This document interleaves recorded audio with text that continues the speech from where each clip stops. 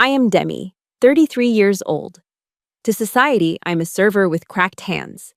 But to the United States Army, I am a major commander responsible for the lives of 500 soldiers. That night, at my sister's engagement party in a magnificent Newport mansion, the billionaire father of the groom snapped his fingers and ordered me to clean up a broken wine glass at his feet, in front of hundreds of guests, because he thought I was a janitor who had wandered into the party. "Didn't you hear me? People like you are only valuable when holding a broom," he said, his eyes full of contempt for my old suit. He didn't know that the woman kneeling to pick up those glass shards had just coordinated the largest disaster relief transport operation on the East Coast 24 hours earlier. And he certainly didn't know that I was about to teach him a lesson about value that money cannot buy. Let me know what state you are listening from, and subscribe to the channel if you believe respect doesn't lie in the car you drive, but in what you have sacrificed. I stood wedged against a cold marble pillar, trying to make myself as small as physically possible. The ballroom of the Newport Country Club was a cavern of gold leaf and crystal chandeliers, a place that smelled of old money and fresh hydrangeas. I was wearing a navy blue blazer that I had bought at Goodwill for $15. It was the most expensive thing currently hanging in my closet, and I had steamed it twice in my tiny apartment bathroom to get the wrinkles out. But here, surrounded by a sea of Armani silk gowns and bespoke Tom Ford tuxedos, I looked exactly like what I feared most: a shift worker who had forgotten to change after clocking out. The air in the room was thick, almost suffocating. It was a cocktail of expensive perfumes, Chanel, Creed, Le Labo, scents that were so rich and overpowering they made my stomach turn. They were the scents of people who had never sweated through a 12-hour shift in a non-air-conditioned warehouse. Every breath I took was a reminder of the canyon-sized gap between this world and my rundown apartment across town. I gripped a glass of lukewarm water with both hands, using it as a shield. My thumbs traced the condensation on the glass. The coldness bit into my skin, but it was a familiar sensation. My hands were my history map. They were rough, calloused, with permanent grease stains under the fingernails that no amount of scrubbing could fully remove. The skin on my knuckles was cracked from the dry cardboard of Amazon boxes and the harsh detergents I used at the diner. I felt the rough texture of my palm catch against the smooth crystal of the glass. It was a friction that shouldn't exist here. "Just breathe, Demi," I told myself, tightening my core muscles the way I did before a heavy lift. "This is Maggie's day. You do this for her. You survive this for her." Suddenly, the hum of conversation shifted. The energy in the room pulled toward the double mahogany doors like a tide. Mr. Preston Bradley had arrived. He walked into the ballroom not like a host, but like a visiting monarch inspecting his troops. He was 60, with silver hair coiffed to perfection and a tuxedo that probably cost more than my entire year's salary as a waitress. His eyes, sharp and predatory, swept across the crowd. He offered charming smiles to the bankers, firm handshakes to the politicians, and gracious nods to the socialites. And then his gaze landed on me. The smile didn't just fade, it evaporated. It wasn't a look of anger. Anger implies passion, implies that I mattered enough to upset him. No, this was worse. It was the look you give a stain on a Persian rug. It was a look of annoyance that something unsightly had marred his perfect view. He walked right past me. He didn't nod. He didn't offer a polite, "Hello." He didn't acknowledge the sister of the woman his son was about to marry. He looked straight through me as if I were made of glass, as if I were simply air occupying space in his mansion. It was a social execution, silent and brutal, performed in front of 300 people. I felt the heat rise up my neck. I saw the guests nearby lean in toward each other. They covered their mouths with manicured hands, whispering. I saw their eyes dart down to my feet. I was wearing my old combat boots. I'd spent an hour polishing them with black shoe shine until my arm ached, trying to make them pass for dress shoes. But under the crystal lights, they just looked like what they were: old, tired leather that had marched through mud and sand. "Is that the sister?" I heard a hushed voice to my left. "Good Lord, look at her hands." I took a sip of water to swallow the lump in my throat. I remembered my grandmother's voice, a devout woman who raised us on scripture and grit. "God sees what man does not, Demi. Walk tall." I straightened my spine. I was a major in the United States Army. I had led convoys through sandstorms. I could handle a few snobby looks from the Rhode Island elite. Or so I thought. A woman in her 50s, draped in a silver gown with a pearl necklace the size of golf balls, detached herself from a group and walked straight toward me. She didn't make eye contact. Her gaze was fixed somewhere above my left shoulder. She extended her hand, thrusting an empty wine glass into my chest space. "Take this," she said, her voice dripping with bored entitlement. "And bring me another Chardonnay. Tell the bartender to go light on the ice this time. It was watery." I froze. My hand instinctively reached out to steady the glass she was shoving at me before it fell. I stood there, blinking, my brain struggling to process the insult. "Ma'am, I started, my voice raspy. "I'm not working. I'm a guest. I'm the bride, sis. Just give it to her, Helen." The voice boomed from behind me. It was rich, baritone, and authoritative. I turned to see Preston Bradley standing there, a scotch in hand, looking at me with a smirk that didn't reach his cold eyes. "Don't feel bad about asking her," Bradley said loudly enough for the surrounding circle to hear. He gestured to me with his glass, like he was pointing out a zoo animal. "She's used to serving. It's what people like her do. Don't be shy." The silence that followed was deafening. It felt like a physical blow, a knife twisted directly into my sternum. He knew exactly who I was. He had seen my name on the guest list. He knew I was Maggie's sister. But he had made a choice. He chose to weaponize my appearance, to strip me of my identity as a guest and a family member, and reduce me to the help. He was telling his friends, his business partners, and my little sister's new family that I was beneath them. That I belonged in the background, cleaning up their messes. My fingers tightened around the stem of the woman's empty glass. For a split second, I calculated the trajectory of smashing it against the marble floor. I calculated the satisfaction of screaming in his face. But then I saw Maggie across the room. She was laughing, looking radiant and white, oblivious to the assassination of my dignity happening in the corner. If I made a scene, I would ruin her night. I would prove Bradley right, that I was just white trash who didn't know how to behave. I swallowed the rage. It tasted like bile and ash. "Of course," I said, my voice void of emotion. I took the glass from the woman. "I'll take care of it." Bradley chuckled, a dry, dismissive sound, and turned his back on me to resume his conversation about interest rates. I turned on my heel, clutching the empty glass like a grenade, and walked rapidly toward the service corridor. I didn't go to the bar. I pushed through the heavy doors and ducked into the nearest ladies' restroom. I locked the stall door behind me, the latch clicking with a finality that echoed in the tiled room. I placed the empty wine glass on the marble vanity. My hands were shaking, not from fear, but from the adrenaline of suppressed fury. I looked up into the mirror. The fluorescent lights were unforgiving. They highlighted the dark purple circles under my eyes, evidence of the double shifts I pulled at the warehouse. They showed the sun-damaged skin on my cheeks, a souvenir from years of field training exercises in the Mojave and tours in the Middle East. And they showed my hands resting on the cold marble sink. They looked alien compared to the soft, lotion-slathered hands of the women outside. They were tools, blunt instruments used for lifting, carrying, and scrubbing. "What are you doing here, Demi?" I whispered to my reflection. "You don't belong here." I wanted to cry. I wanted to let the tears wash away the humiliation of Bradley's words, but my tear ducts felt like dried-up riverbeds.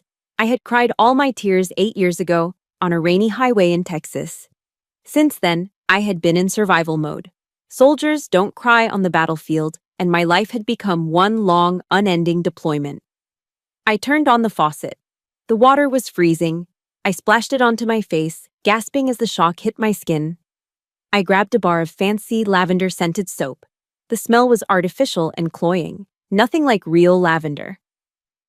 I scrubbed my hands, trying to wash off the feeling of that woman's dismissive touch, trying to scrub away the label of servant that Bradley had branded onto my forehead.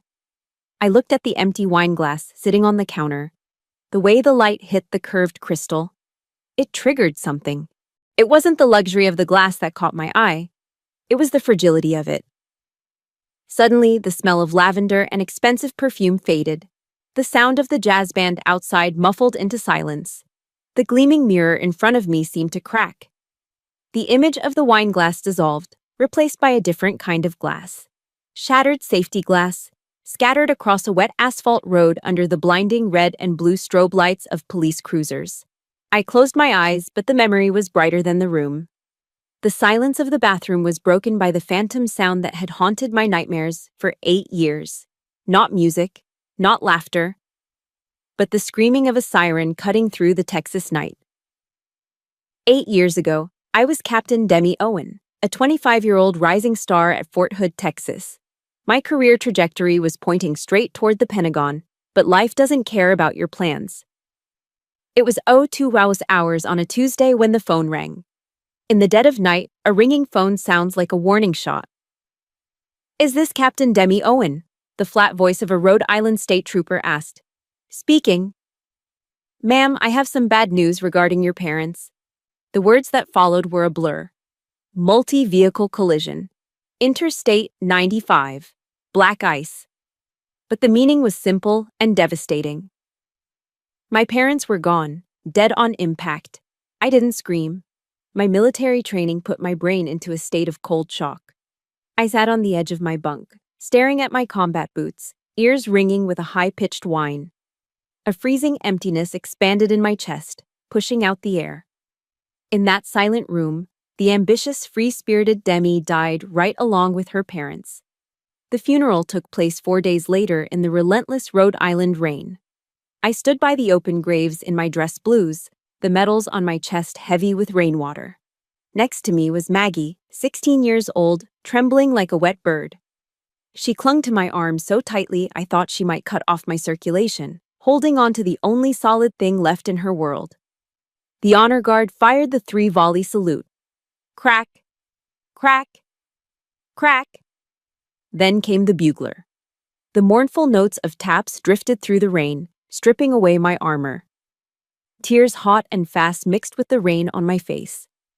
2 soldiers approached the casket. They lifted the American flag that draped my father's coffin. He had been a volunteer firefighter for 30 years. They folded it 13 times into a perfect triangle, concealing the stripes, leaving only the blue field of stars. 1 soldier marched over and knelt in the mud, presenting the flag to me. "On behalf of a grateful nation, please accept this flag as a symbol of our appreciation." I took it. It was heavier than cloth should be. I realized then that I wasn't just holding a symbol of honor. I was holding the weight of my family. I was holding Maggie's future. The guests hurried back to their warm cars, leaving us alone with the gravediggers and a man in a cheap gray suit, the estate attorney. He opened his briefcase on the hood of his car, oblivious to the rain spotting his documents. "I'm sorry for your loss," he said flatly, "but we need to discuss the estate, second mortgage, credit card debt, hospital bills from the accident. Your mother's insurance had lapsed. Total debt is roughly $450,000. $450,000. I stared at him, the number echoing in my head. "If the payments aren't brought current within 30 days, he said, snapping his briefcase shut, "the bank will initiate foreclosure proceedings. The house will be seized." I looked at Maggie, sitting on a bench staring blankly at the dirt.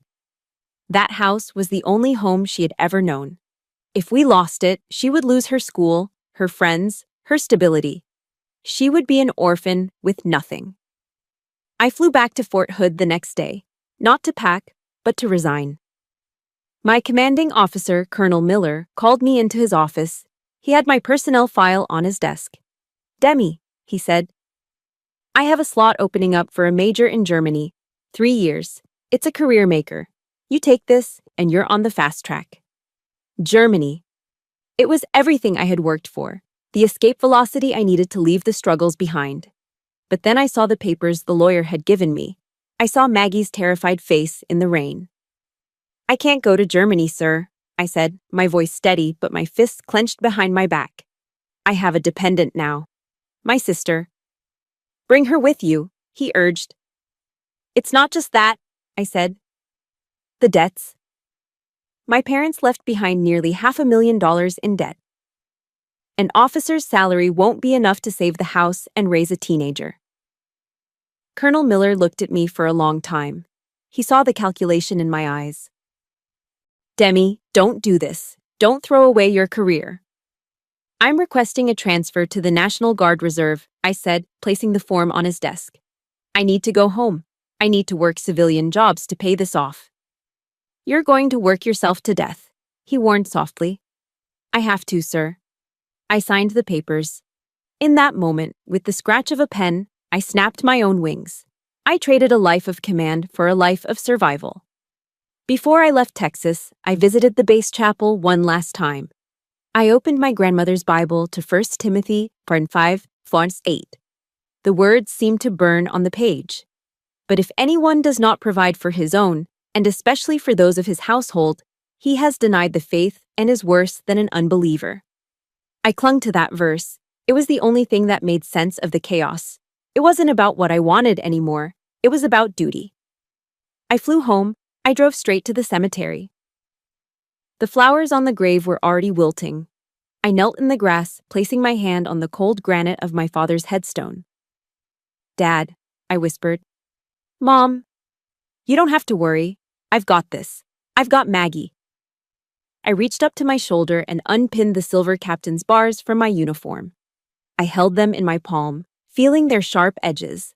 They represented who I was, who I wanted to be. I promise you, I vowed to the silence of the graveyard.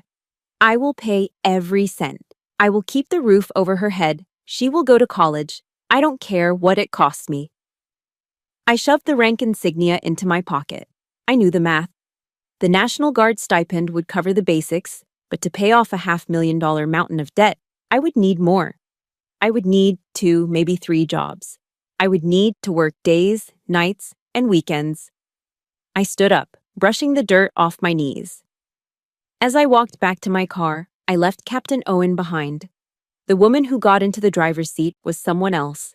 She was a laborer, a worker, a machine built for endurance. From tomorrow, my hands wouldn't just hold a rifle. They would lift boxes. They would scrub floors. They would carry trays of food to ungrateful customers. And I would do it with a smile, because every dollar I earned was a brick in the wall I was building around my little sister. We all have moments where we have to choose between our dreams and our duty to those we love. If you believe that taking care of family is the highest honor a person can have, hit that like button right now. And tell me in the comments, family first, if you would do the same for someone you love. I drove away from the cemetery as the sun began to set. The horizon was bleeding red, a warning of the long, hard night that was about to begin. And somewhere in the distance, a siren wailed, fading into the noise of the city, merging with the relentless ticking clock of the interest rates, compounding on my parents' debt. But the sound that would come to define my life wasn't a siren. It was a beep, a sharp, electronic beep that signaled the start of a shift in hell.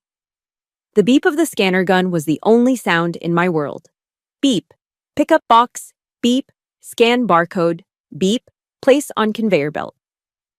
Welcome to the graveyard shift at the Amazon Fulfillment Center.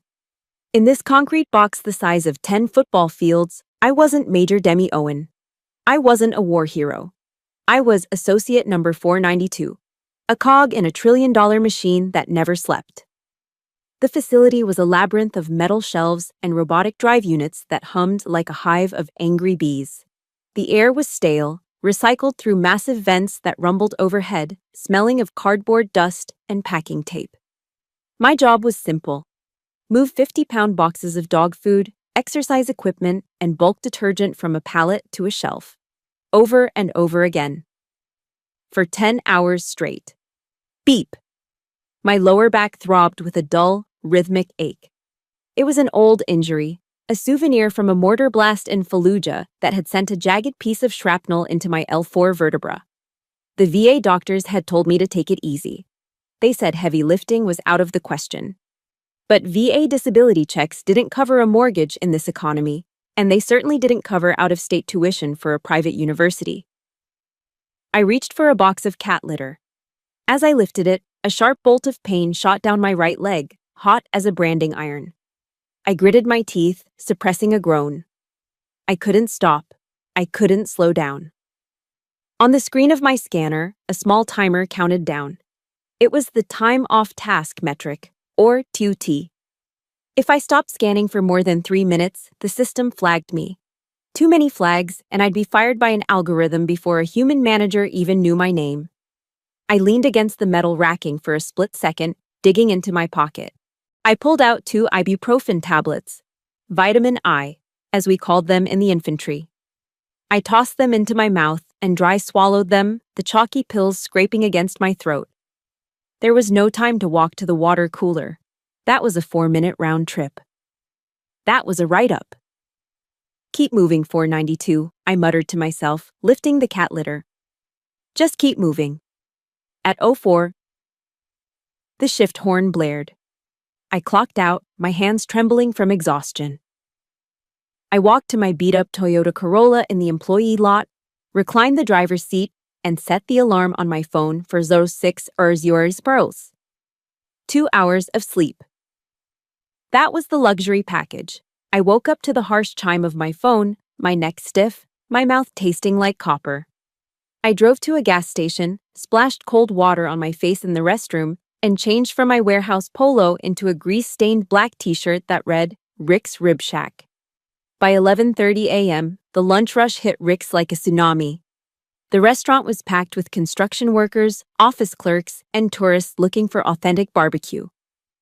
The air was thick with the smell of hickory smoke and frying oil. It was chaotic, loud, and hot. I was carrying a tray loaded with 4 jumbo rib platters and 3 pitchers of beer. The weight was easily 30 pounds, balanced on my left shoulder. I weaved through the crowded tables, dodging screaming kids and spilled sodas. Table 4 needs refills, Demi. Pick up the pace. The voice cut through the noise like a whip. It belonged to Kyle, the 22-year-old assistant manager. Kyle was a college dropout with a patchy beard and an ego inversely proportional to his competence. He got the job because his uncle owned the franchise. I dropped the tray at table 6, forcing a smile for the customers. Here you go, folks. Enjoy. As I turned back to the kitchen, Kyle blocked my path. He crossed his arms over his chest, tapping his foot. Hey, sunshine, he said, loud enough for the nearby booths to hear. Customer at table 4 complained. Said you look miserable. I wiped a bead of sweat from my forehead. I'm sorry, Kyle. My back is acting up a bit today. I'll check on them. I don't pay you to have a bad back, Kyle sneered, stepping into my personal space. He smelled of cheap body spray and arrogance. This is the hospitality industry, sweetheart, not a funeral home. You need to smile. You need to sparkle. He snapped his fingers in front of my face. Snap, snap. Smile or clock out. I have a stack of applications in the office from high school girls who would kill for this job and look prettier doing it. The world seemed to slow down. The noise of the restaurant faded into a dull roar. All I could focus on was Kyle's smirking face and that finger snapping in front of my nose. Rage, hot and primal, flooded my veins. It was the combat instinct kicking in. My hands curled into fists at my sides. In my mind, I saw exactly how it would go. A quick grab of his wrist, a torque of his elbow, and he would be face down on the greasy floor, screaming for mercy. I was a field-grade officer. I had commanded artillery strikes. I had led men and women into combat zones where mistakes meant death. And here was this boy, this child who had never sacrificed anything more than a high score in a video game, treating me like a disobedient dog. Do it, a voice in my head whispered. Break him. My muscles coiled, ready to strike. Then, an image flashed in my mind. A piece of paper on my kitchen counter, the tuition bill for Maggie's final semester, $2,000 due by Friday. If I didn't pay it, they would put a hold on her graduation. I looked at Kyle. I looked at the customers watching us, some with pity, some with amusement. I exhaled slowly, forcing my hands to relax. I unclenched my fists, feeling the fingernails leave crescent-shaped indentations in my palms. You're right, Kyle, I said. My voice was calm, but it tasted like ash in my mouth. I apologize. It won't happen again. I forced the corners of my mouth up into a grotesque plastic smile. It felt like my face was cracking. That's better, Kyle said, patting me on the shoulder with a condescending smirk. Now get table 4 some more ranch dressing. Chop chop. I walked away. Each step felt heavier than the last. I felt something vital inside me fracture. It wasn't my back. It was my dignity. I was selling pieces of my soul for minimum wage plus tips, and today, the price felt too high. The rest of the shift passed in a blur of, "Yes, sir," "Right away, ma'am," and "Thank you so much." By the time I clocked out at 4 bars p.m., it had started to rain. I sat in my car in the back of the parking lot, the engine idling. My uniform smelled of old fryer grease and stale beer. My body ached so bad it felt like my bones were grinding together. I reached into the passenger seat and grabbed a foil-wrapped sandwich that the cook had been about to throw away. It was cold, the bread soggy with barbecue sauce. I took a bite, chewing mechanically. I looked in the rearview mirror. The woman staring back at me looked 10 years older than 33. Her hair was frizzy from the humidity, her eyes dull and sunken. "Who are you?" I whispered. "What happened to Major Owen?" I reached into the center console and pulled out my wallet. Hidden in the back flap behind the maxed-out credit cards and the punch card for free coffee was my set of dog tags. I pulled them out, the metal chain jingling softly. The silver tags were cool against my fingertips. Owen, Demi, 04, USA, Catholic. I pressed the tags against my cheek, closing my eyes. I focused on the feel of the embossed letters against my skin. "You are still a soldier," I whispered to myself, repeating the mantra like a prayer. "You are on a mission. The mission is Maggie. The enemy is poverty. You hold the line. You always hold the line." Tears leaked from my eyes, mixing with the rain streaking down the car window. It was a pathetic sight. A decorated officer crying in a rusted Toyota over a cold sandwich.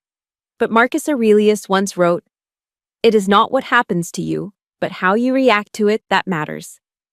I wiped my face with the back of my hand, smearing grease across my cheek. I took a deep breath, put the dog tags back into their hiding place, and put the car in gear. The mission wasn't over. I had to go home. I had to cook dinner. I had to be the strong big sister. But as I pulled out of the parking lot, I made a silent promise to Kyle, to Amazon, to every person who looked through me like I was invisible. One day, I thought, I will wear my uniform again. And on that day, you will know exactly who I am.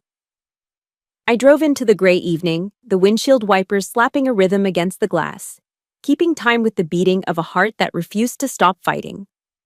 The moment I stepped through the front door of our small 2-bedroom rental, the transformation began. I kicked off my grease-stained work shoes and left them on the porch. I walked straight to the bathroom, locking the door behind me as if I were securing a perimeter. The shower was my decontamination chamber. I turned the water as hot as I could stand it. I grabbed the rough loofah sponge and scrubbed my skin until it was raw and pink. I had to wash away the smell of hydraulic fluid from the warehouse. I had to scrub off the stench of stale beer and fryer grease from the rib shack. But mostly, I felt like I was trying to wash away the smell of poverty itself, a scent that seemed to cling to me like a second skin. I dried off and changed into a clean pair of soft cotton pajamas. I dabbed a little vanilla body spray on my neck. It was cheap, bought from the drugstore clearance bin, but it was sweet enough to mask any lingering odors of my double life. I walked into the kitchen. It was 6:45 a.m. My body was screaming for sleep. I'd been awake for 22 hours straight, fueled only by caffeine and willpower. But the mission wasn't over. I pulled the carton of eggs from the fridge and started cooking. By the time 7 a.m. rolled around, the kitchen smelled of sizzling butter and toast. 2 sunny-side-up eggs, perfectly cooked with runny yolks just the way she liked them, sat on a plate next to a glass of freshly squeezed orange juice. I heard footsteps on the stairs, light, bouncy steps. "Morning, sis." Maggie bounded into the kitchen, her face fresh and glowing from a full night's sleep. She was 24 now, beautiful and bright. with the same hazel eyes as our mother. She was everything I wasn't, soft, unburdened, and full of optimism. "Hey, sweetie," I said, turning from the stove with a smile that hid 1,000 aches. "Breakfast is ready." Maggie sat down and took a sip of juice. She looked at me, tilting her head. "You're up early again? Did you even sleep?" "Of course I did," I lied, pouring myself a black coffee to keep my hands from shaking. "I just got up early for a jog. You know me, can't skip cardio." "You're crazy," she laughed, digging into her eggs. "If I had your job as a manager, I'd sleep in until noon on my days off." Her smile was like sunlight breaking through a storm. It was the fuel that kept my engine running. Seeing her happy, seeing her safe from the harsh realities of my world was the only validation I needed. "So," Maggie said, putting her fork down. Her eyes sparkled with excitement. "I have news, big news." I leaned against the counter, blowing on my coffee. "Oh yeah? Did you ace that midterm?" "Better," she squealed. "Ben invited me to Newport this weekend. His dad is throwing an engagement party for his cousin, and he wants me to meet the whole family." My stomach dropped. Newport, the playground of the elite, the land of mansions, yachts, and people who used summer as a verb. "Newport?" I repeated, trying to keep my voice neutral. "That sounds fancy." "It is," Maggie gushed. "Ben says his dad is this huge real estate mogul. He showed me pictures of their house, Demi. It looks like a castle. It's right on the water near the cliff walk. He said everyone is going to be there." I looked at her, so innocent and thrilled. She belonged in that world of light and beauty. She had the grace for it. But I knew what that world was really like. I knew how cold it could be to outsiders.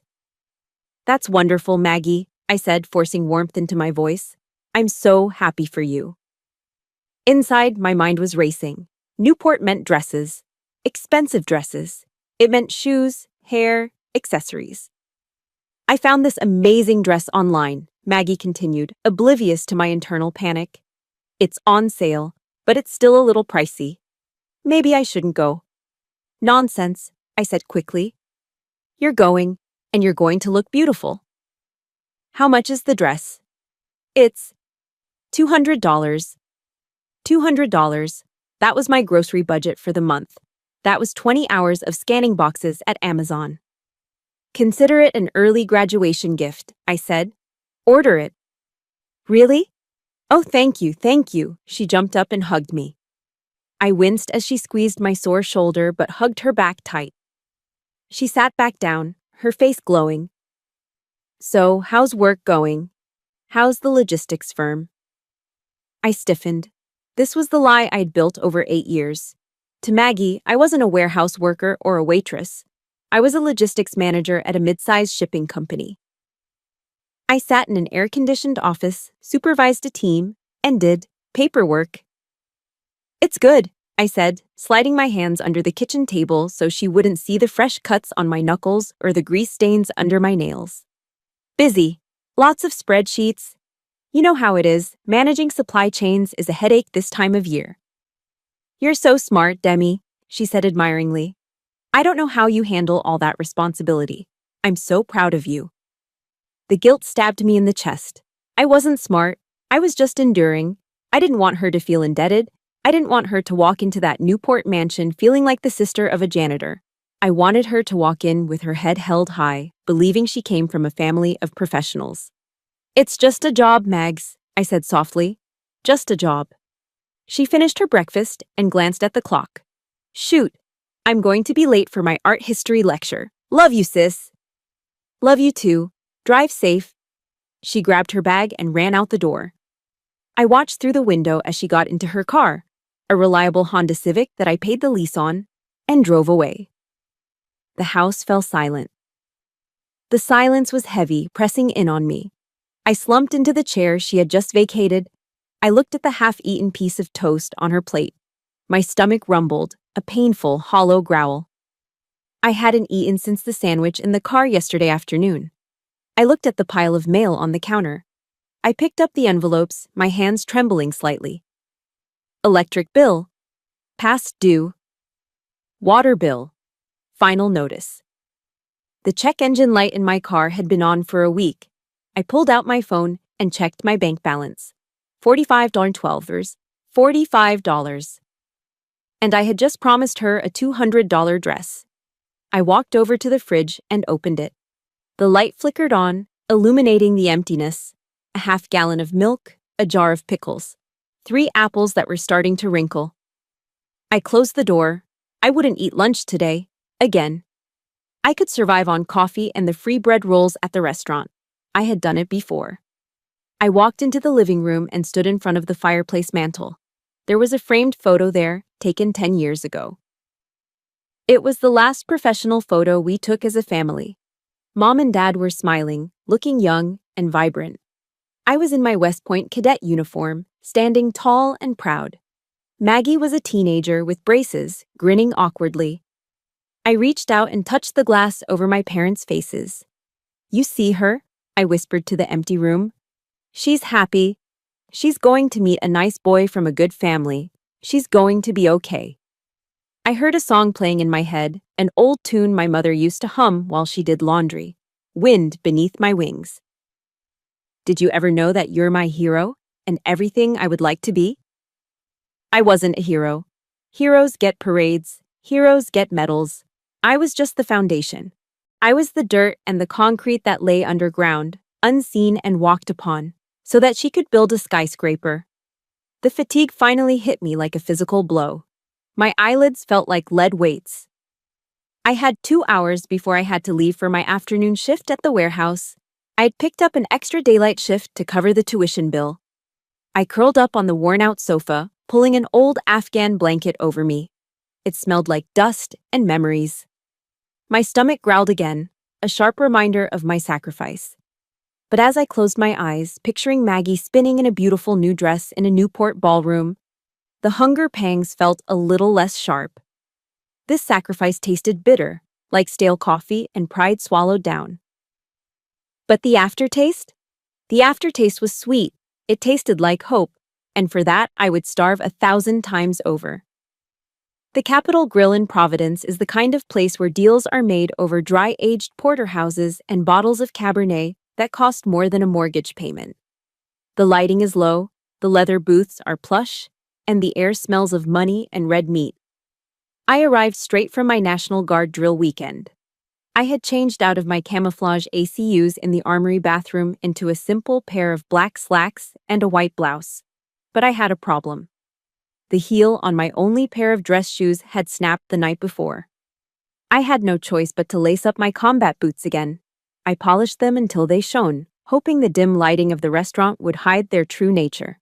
I was wrong. As I walked across the polished marble floor towards the private booth in the back, my boots made a distinct, heavy sound. Thud, thud, thud. It was the sound of a march, completely out of sync with the soft click-clack of Italian loafers and designer heels around me. Preston Bradley was already seated, looking like he owned the building. Beside him sat his wife, a woman who looked like she had been surgically frozen in a state of permanent surprise, and their son, Ben, who looked terrified.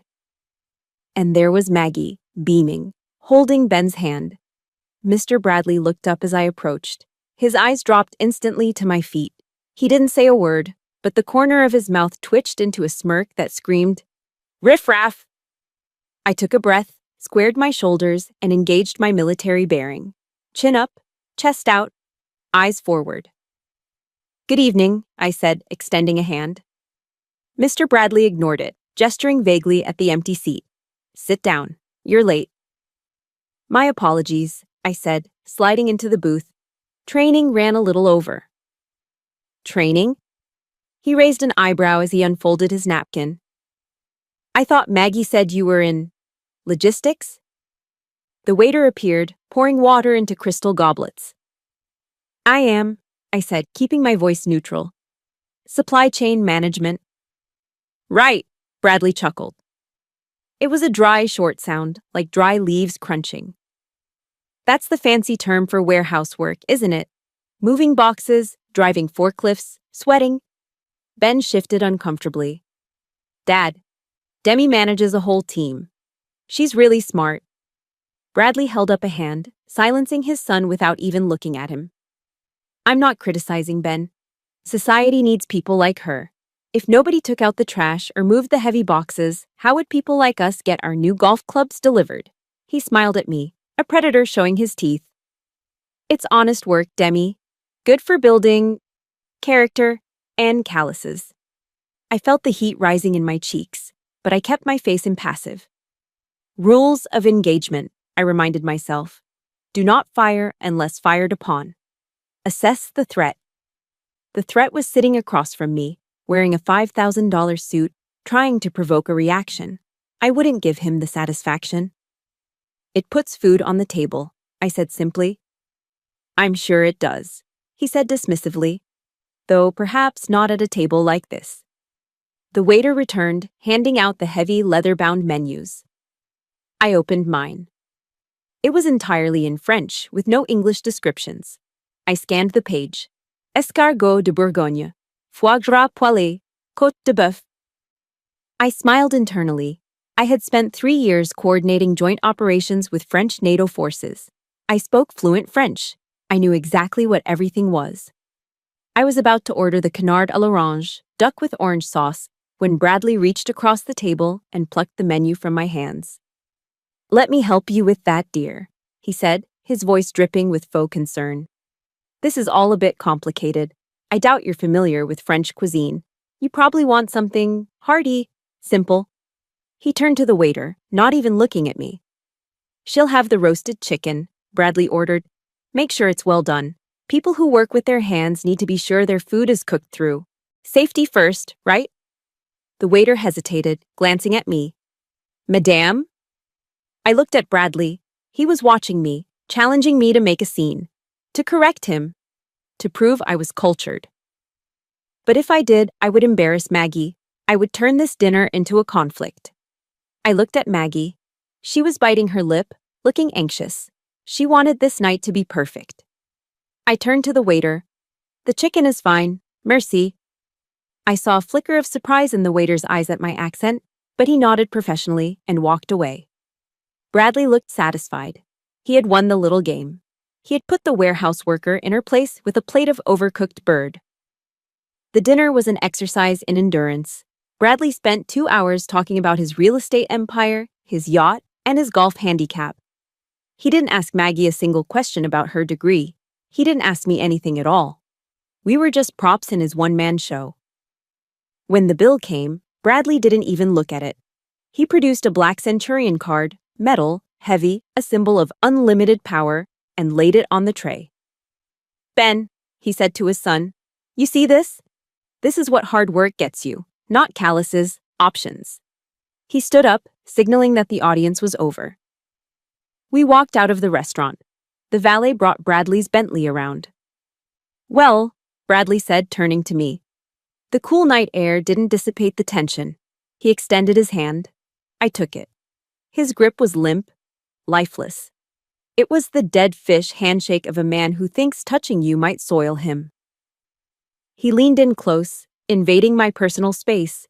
His breath smelled of expensive scotch and peppermint. Listen, he whispered, his voice low so Maggie wouldn't hear. The engagement party is next week. Do me a favor.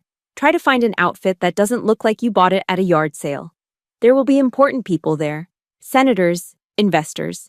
Don't embarrass us. I froze. My hand was still in his. For 8 years, I'd swallowed pride. I'd swallowed pain.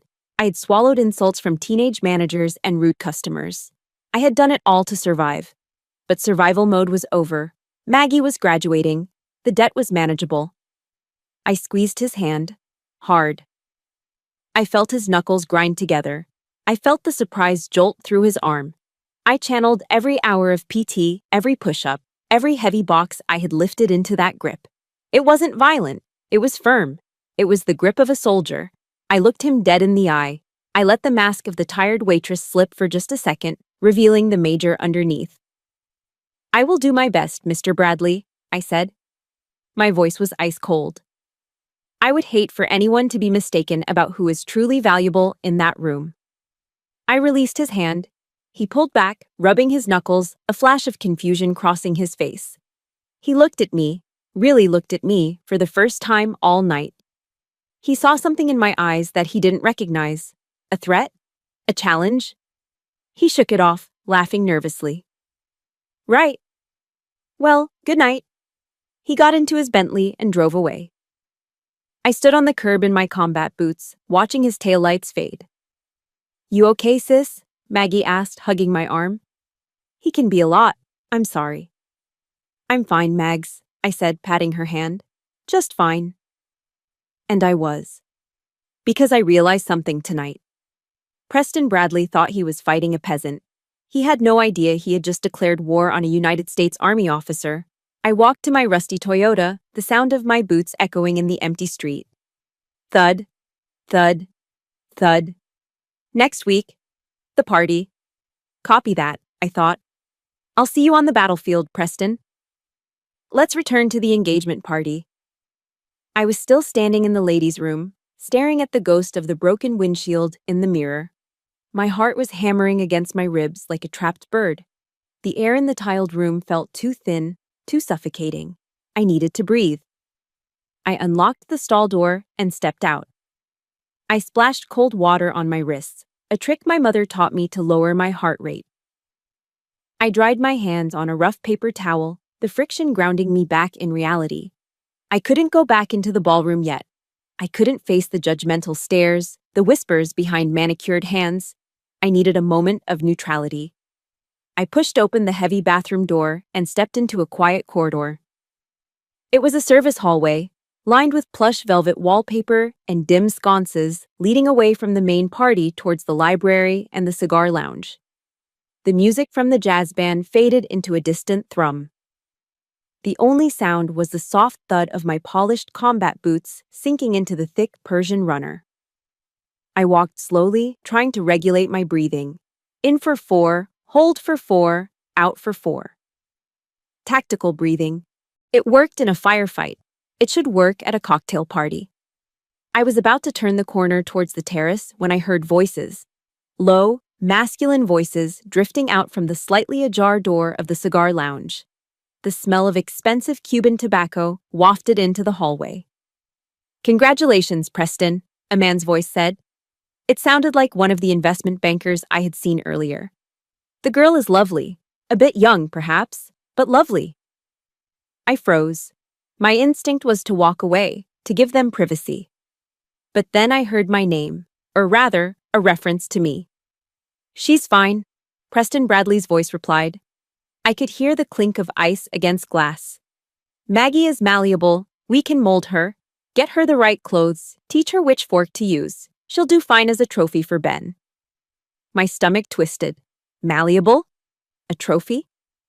But the family, the other man said, hesitating. I saw the sister, the one in the unusual suit. Bradley let out a bark of laughter. Unusual? That's a polite way of putting it, George. She looked like she just crawled out of a dumpster behind a Goodwill. I stopped breathing. I pressed my back against the wall, hidden behind a large decorative Chinese folding screen. I knew I should leave. I knew nothing good ever came from eavesdropping. But my feet were rooted to the spot. It's unfortunate, Bradley continued, his voice dripping with disdain. But you know how it is with these people. White trash? That's what they are, plain and simple. The sister is a classic example. Rough hands, sun-damaged skin, cheap haircut. She probably works 3 dead-end jobs just to keep the lights on. It's tragic, really. White trash. The slur hung in the air like a foul odor. It was a term designed to strip away humanity, to reduce a person to refuse. I'm just worried about the genetics, to be honest, Bradley said, his voice dropping to a conspiratorial whisper that carried perfectly in the silent hallway.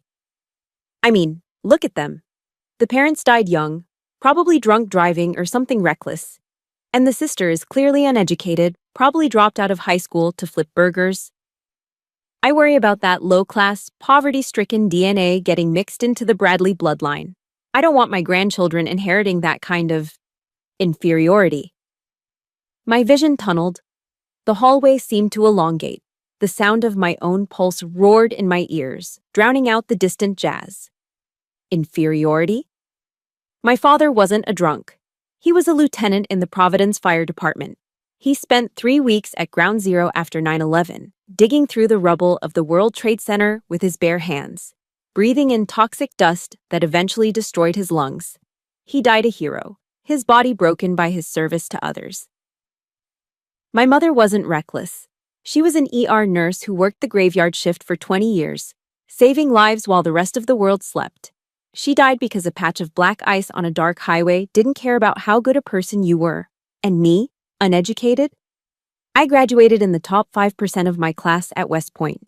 I held a master's degree in logistics and supply chain management. I commanded a battalion. I was responsible for millions of dollars of equipment and hundreds of American lives. And this man, this soft, pampered man who had likely never calloused his hands on anything rougher than a golf club, dared to call my bloodline trash? He dared to call the DNA of heroes inferior? The rage that surged through me wasn't the hot, chaotic anger I'd felt at the restaurant. This was different. This was cold. This was precise. This was the icy clarity of a soldier who has just identified the enemy target. I didn't cry. The time for tears was over. The sadness that had weighed me down for 8 years evaporated, burned away by the white-hot fire of indignation. I stepped away from the wall. I walked over to a large gilt-framed mirror hanging in the hallway. I looked at myself, really looked at myself. I didn't see the tired waitress anymore. I didn't see the warehouse worker with the bad back. I saw the scars on my chin from a training accident. I saw the lines around my eyes from squinting into the desert sun. I saw the set of my jaw, hard and unyielding. I saw a warrior. I reached up and adjusted the collar of my cheap thrift store blazer. I smoothed back my short blonde hair. I stood up to my full height, rolling my shoulders back until my posture was perfect, rigid, and imposing. Teddy Roosevelt once said, "It is not the critic who counts, not the man who points out how the strong man stumbles. The credit belongs to the man who is actually in the arena, whose face is marred by dust and sweat and blood." I was in the arena. I had been in the arena my whole life. Preston Bradley was just a spectator in the cheap seats, throwing peanuts. A strange calm settled over me. It was the calm before the storm, the silence before the breach. "Okay, Preston," I whispered to the empty hallway, my voice low and dangerous. "You want to talk about value? You want to talk about class? Copy that." I turned away from the mirror. My eyes were dry. My hands were steady. My heart was beating a war drum. "You want a war?" I said, a grim smile touching my lips. "I'll show you what a real war looks like." If you believe that true class is defined by your character and not your bank account, hit that like button right now. And tell me in the comments below, character counts if you stand with Demi. I turned on my heel and began to walk back towards the ballroom. I wasn't going to hide in the shadows anymore. I was going to walk right into the light, and I was going to burn his world down with the truth. I found a secluded bench tucked away in a quiet alcove near the ballroom entrance. It was hidden behind a large potted palm, a small island of privacy in the sea of opulence. I sat down, the velvet cushion soft beneath me, and pulled my worn leather wallet from the inside pocket of my blazer. It was a cheap men's wallet I'd bought at Walmart 5 years ago. The leather was cracked at the fold, the stitching fraying at the corners. I opened it. Inside, the contents told the story of my civilian life. 3 crumpled $1 bills, my Amazon employee badge with the unflattering photo, a punch card for a free sub at the local deli, and a stack of expired coupons for laundry detergent. To anyone looking, this wallet belonged to a woman barely scraping by. It belonged to the white trash Preston Bradley had sneered at. It belonged to someone who clipped coupons and counted pennies because she had no other choice. But they weren't looking deep enough. I slipped my fingers into the hidden compartment behind the billfold. I felt the cool, smooth metal that lived there. Slowly, deliberately, I pulled out my real identity. First, the dog tags. They were standard issue, stainless steel, hanging on a beaded chain that I had shortened so it wouldn't jingle. I ran my thumb over the embossed letters, feeling the raised metal against my skin. Owen, Demi, O, 4, Major, U.S. Army. Next, I pulled out a heavy brass coin. It was a challenge coin given to me by the commanding general of the 101st Airborne Division, the Screaming Eagles. On one side was the iconic eagle head patch. On the other, the division's motto, Rendezvous with Destiny. I held these two objects in my palm. They were small, unassuming pieces of metal. You couldn't buy a loaf of bread with them. But to me, they were heavier than all the gold in Preston Bradley's bank account. They were my talismans, my anchors. I closed my eyes, shutting out the sounds of the party. I let the jazz music fade into the background, replaced by the roar of C-130 transport planes and the rumble of Humvees. In my mind, I was back in the desert. I wasn't wearing a cheap blazer. I was wearing body armor and a Kevlar helmet. I wasn't standing alone.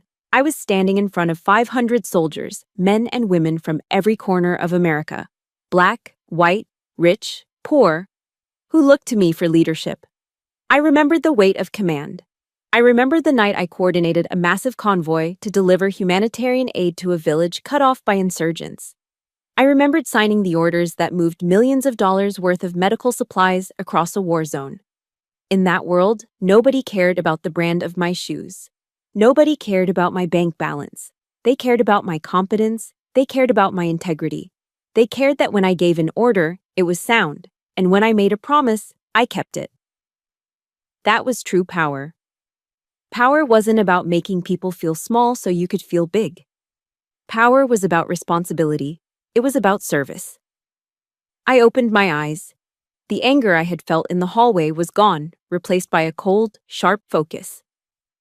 General James Mattis once said, "Be polite, be professional, but have a plan to kill everyone you meet."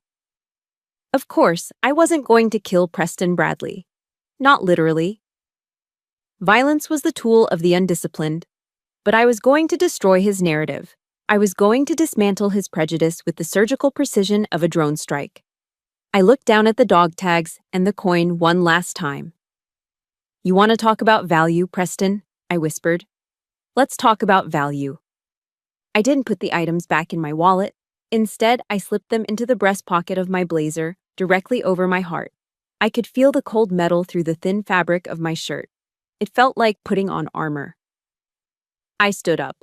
I checked my reflection in the darkened window glass. I smoothed the lapels of my jacket. I straightened my spine until I was standing at the position of attention. I had a plan. I wasn't going to scream. I wasn't going to make a scene. I was going to use the one weapon Bradley couldn't buy, couldn't manipulate, and couldn't ignore: the truth.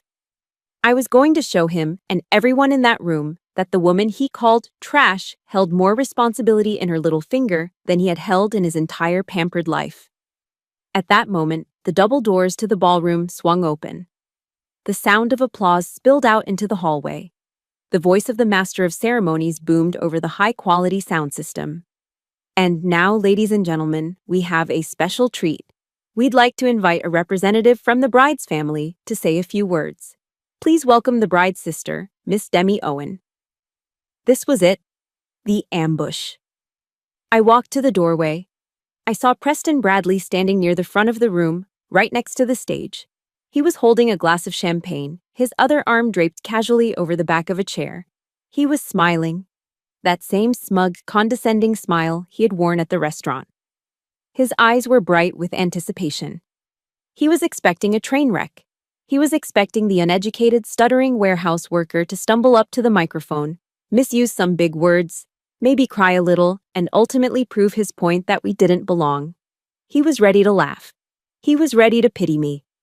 I took a deep breath, filling my lungs with the expensive, conditioned air. "Wait for it, Preston," I thought. "Wait for it." I stepped through the doors and into the blinding light of the chandeliers. I didn't look down at my feet. I didn't hunch my shoulders. I walked with the long, confident strides of a field-grade officer inspecting the line.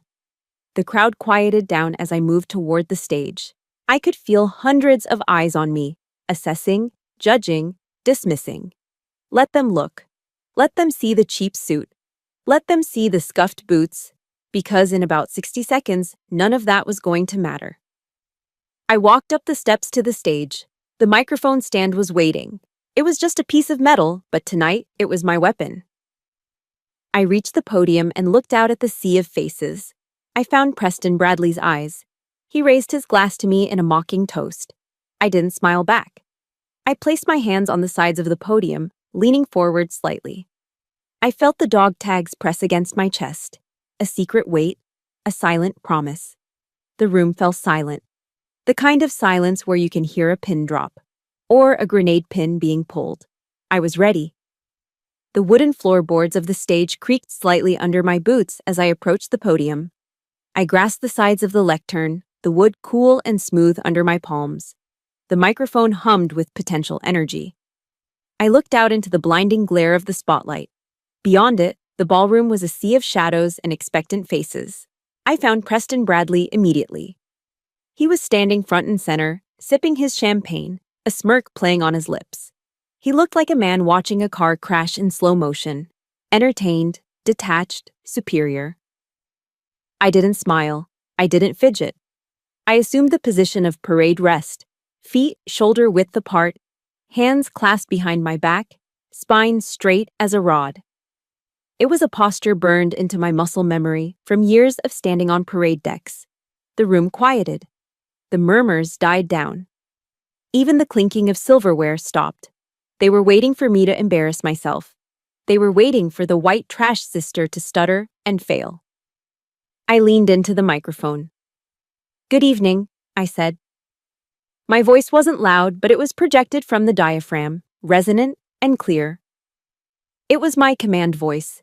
Tonight, someone in this room mentioned that I look like I'm more comfortable holding a broom than a glass of champagne. I paused, letting the words hang in the air. I saw Bradley's smirk widen slightly. He nudged the man next to him.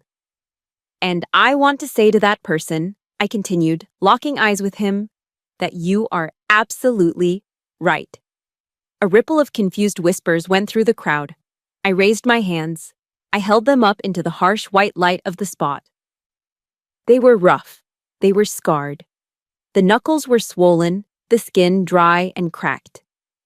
"These hands," I said, my voice steady, "are intimate with dirt. These hands spend 10 hours a night lifting 50-pound boxes in a sweltering Amazon warehouse. These hands have scrubbed hundreds of toilets and mopped thousands of square feet of greasy diner floors to earn minimum wage." I saw people shifting uncomfortably in their seats. This wasn't the polite wedding toast they were expecting. This was raw. This was uncomfortable. "These hands are ugly," I said. "They are calloused. And yes, to some of you, they look like poverty. They look like failure. They look like trash." Bradley nodded slightly, swirling his drink. He looked vindicated. I was doing his work for him. I was admitting my inferiority. I lowered my hands. I took a breath, and the temperature in the room seemed to drop 10 degrees. "But," I said, and the word cracked like a whip. I reached into my breast pocket. "These are also the hands," I said, my voice rising in intensity, "that signed the deployment orders for 50 tons of humanitarian aid to hurricane victims in Florida just last week. These are the hands that can disassemble and reassemble an M4 carbine in under 30 seconds in pitch darkness to protect the soldiers under my command." I pulled out the dog tags and the heavy brass challenge coin. "And most importantly," I boomed, "these are the hands that wear the class ring of the United States Military Academy at West Point." I slammed the metal objects down onto the wooden podium. Clack! The sound was sharp and violent, echoing through the silent ballroom like a gunshot. "My name is Major Demi Owen," I declared, my voice filling every corner of the room. "I am the battalion commander of the 101st Logistics Battalion, Rhode Island National Guard. I have served 2 tours in Iraq. I have led 500 American soldiers through combat zones." I saw Preston Bradley's glass slip from his fingers. It hit the floor and shattered, splashing champagne onto his tuxedo shoes. He didn't even notice. His mouth was hanging open. His face had drained of all color. "I do not work 3 jobs because I am uneducated," I continued, relentless. "I do not scrub floors because I have no other skills. I do it because 8 years ago, I stood over my parents' graves and promised that I would not let my little sister inherit a mountain of debt." I looked at Maggie. She was standing near the front, her hands covering her mouth, tears streaming down her face. But they weren't tears of shame. They were tears of realization. I chose to be the janitor, I said, my voice softening just a fraction, so that she could be the princess. I chose the darkness of the warehouse so she could stand in the light of this ballroom. I chose to be invisible so she could be seen. I turned my gaze back to Preston Bradley. He looked small now. He looked like a man whose entire worldview had just been demolished by a bunker buster bomb. I pointed a finger directly at him. So let me be clear, Mr. Bradley. You can judge me by my shoes. You can judge me by my suit. But do not ever mistake my sacrifice for weakness. I leaned closer to the mic, delivering the final blow. Honor isn't found in the car you drive or the country club you belong to. Honor is found in what you are willing to suffer for the people you love. In the Army, we have a motto: mission first, people always. My sister was my mission, and looking at her tonight, mission accomplished. I stepped back from the podium. I picked up my dog tags and my coin, slipping them back into my pocket. I didn't wait for applause. I didn't wait for permission. I executed a sharp about-face, my boots pivoting on the wood, and walked toward the stairs. For 3 long seconds, there was absolute silence. The kind of silence that follows a lightning strike before the thunder rolls. Then, it started. One person started clapping, then another, then a dozen. Suddenly, the room exploded. It wasn't polite applause. It was a roar. People were standing up. Men in tuxedos, women in gowns. They were on their feet, clapping, cheering. I walked down the stairs, my head held high. Through the wall of noise, I heard a sob. Demi! Maggie broke through the crowd. She didn't care about her dress. She didn't care about the guests. She threw her arms around me, burying her face in my cheap blazer. I didn't know, she sobbed. I didn't know. I held her tight, feeling the warmth of her tears through my shirt. I looked over her shoulder and saw Preston Bradley standing alone in the middle of the cheering crowd. He looked lost. He looked defeated. I had walked into his arena, and I had won. Not with money, not with influence, but with the undeniable, unbreakable weight of the truth. As I stepped off the last stair of the stage, the atmosphere in the ballroom had transformed completely. 5 minutes ago, I was the invisible help, the white trash sister to be tolerated and ignored. Now, the sea of tuxedos and designer gowns parted before me like the Red Sea. The whispers were different now. They weren't malicious, they were reverent. Did you hear that? A battalion commander? 2 tours in Iraq. God, I feel terrible. I asked her to take my coat earlier.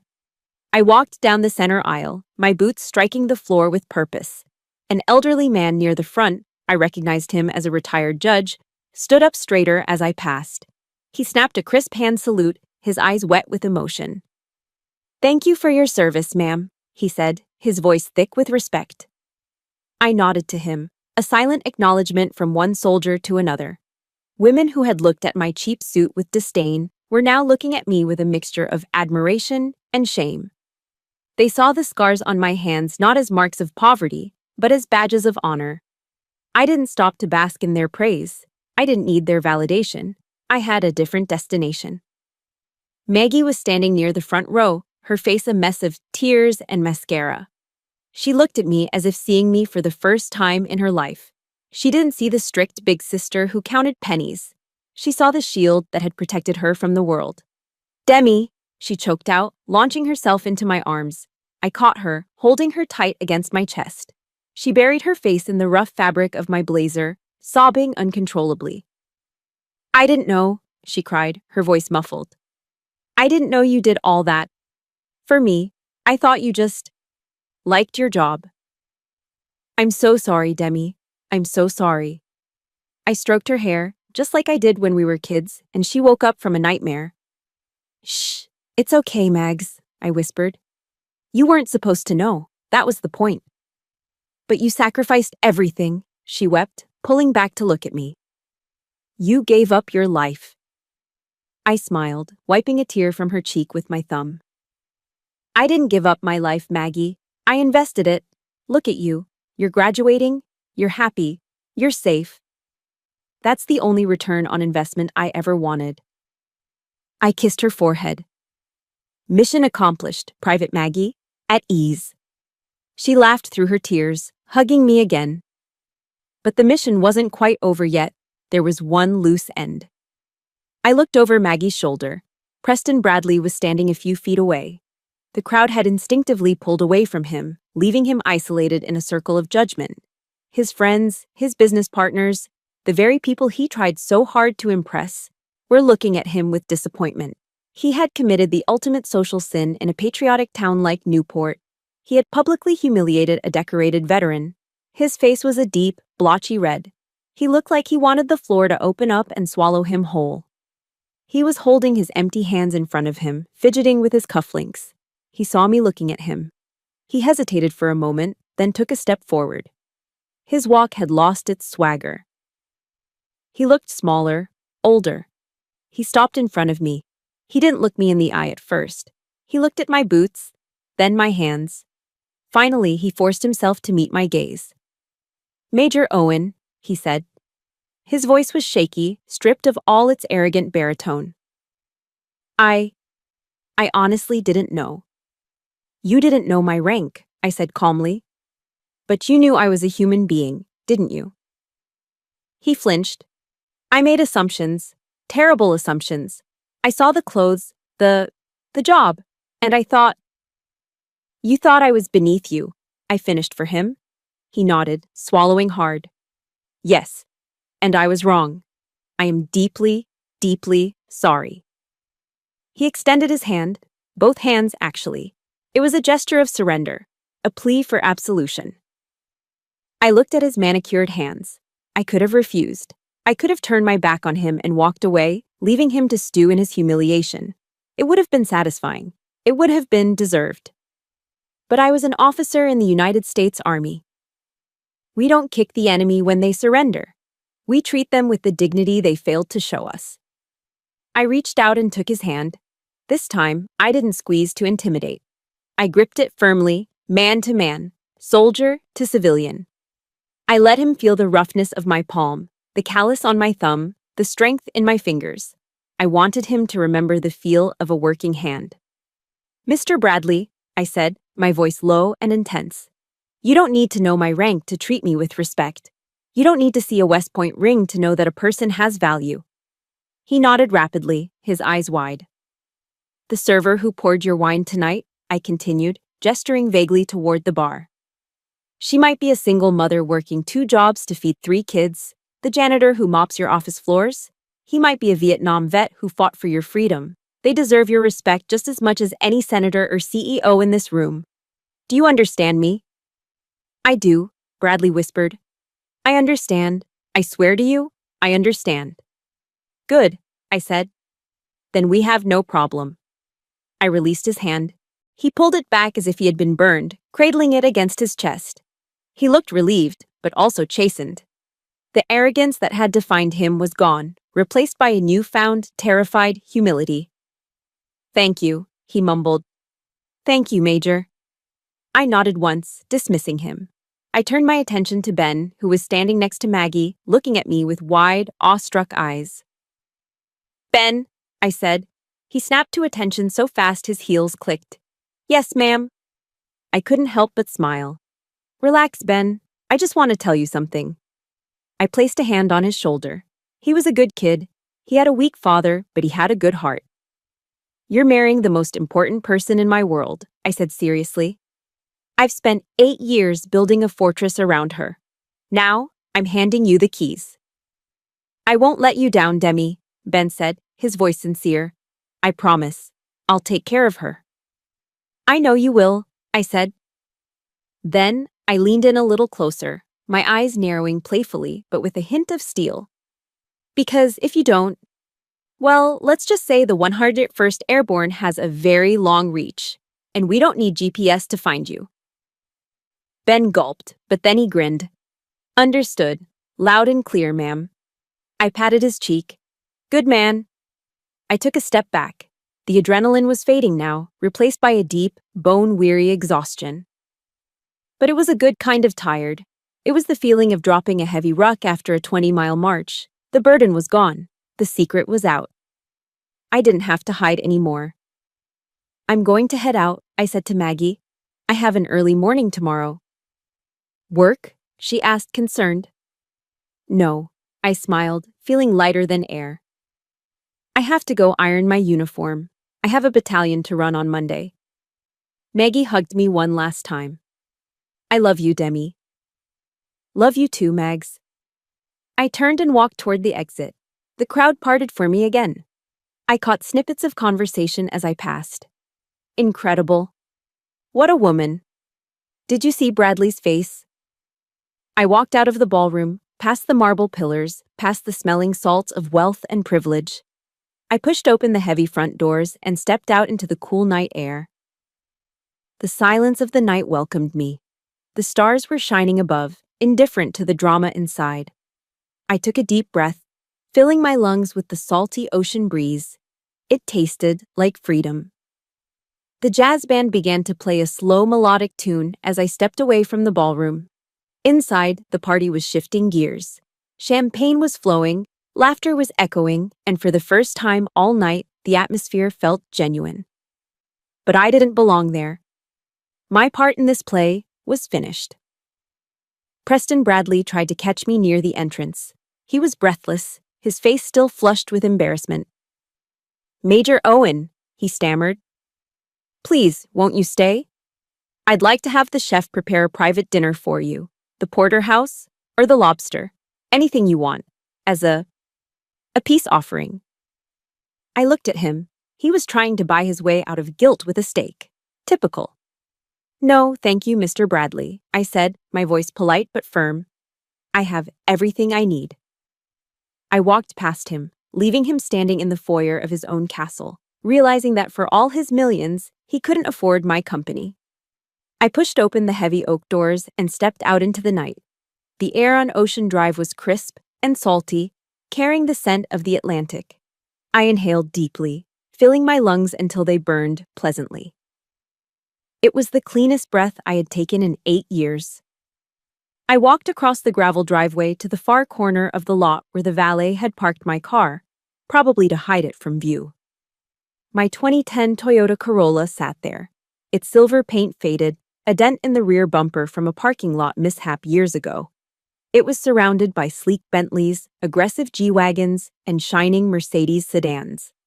But tonight, looking at that beat-up little car, I didn't feel shame. I felt affection. That car had been my mobile bedroom when I was too tired to drive home. It had been my dining room where I ate cold sandwiches. It had been my crying booth when the world got too heavy. It wasn't a junker, it was a warhorse.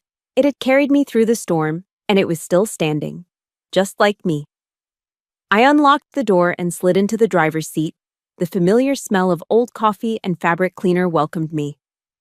I put the key in the ignition, but I didn't turn it yet. I pulled my phone from my pocket. The screen glowed in the darkness.